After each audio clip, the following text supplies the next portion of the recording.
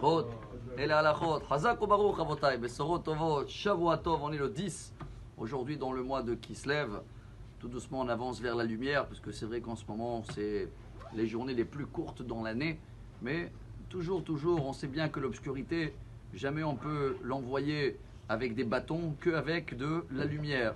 Pour cela, si vous suivez un petit peu le plus beau message de ces parachiotes en ce moment, Yaakov, il est en train de fuir de son frère. Il est parti 20 ans chez son beau-père.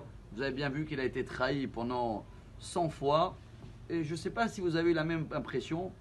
Il se laisse, entre guillemets, se laisse faire. Il sait très bien qu'il va le tricher. Il n'a pas donné sa femme. Après, il n'a pas payé son salaire.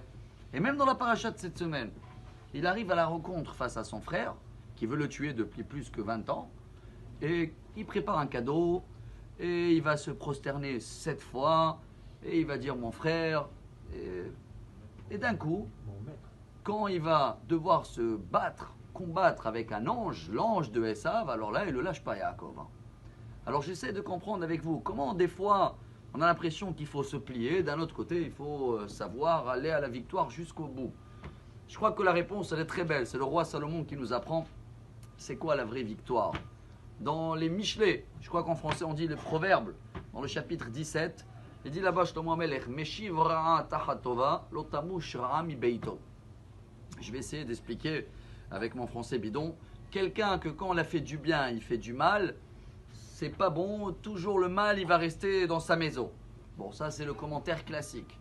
Mais le commentaire tactique, c'est que quand il y a quelqu'un qui vient face à toi, et il peut te faire du mal, et toi, tu es intelligent, tu vas pas le rendre avec du mal, parce que tu sais que si tu vas aller avec lui tête à tête, l'histoire elle sera jamais terminée. Vous croyez que Yaakov, il ne savait pas que si maintenant il va aller contre son frère, avec combien de personnes il est venu contre lui?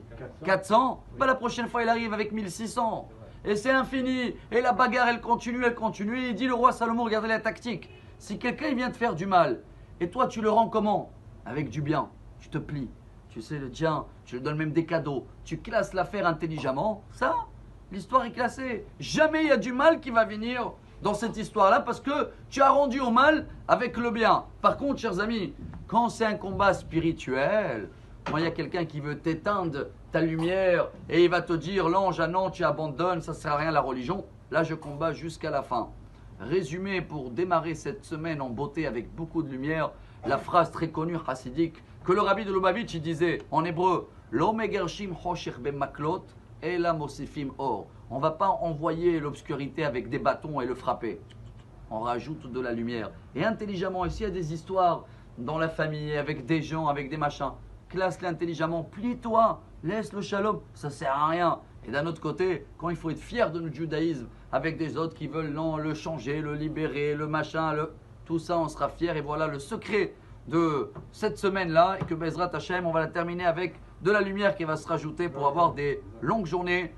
Bonne semaine et que des bonnes nouvelles. Amar Rabbi Elazar, Amar Rabbi Hanina.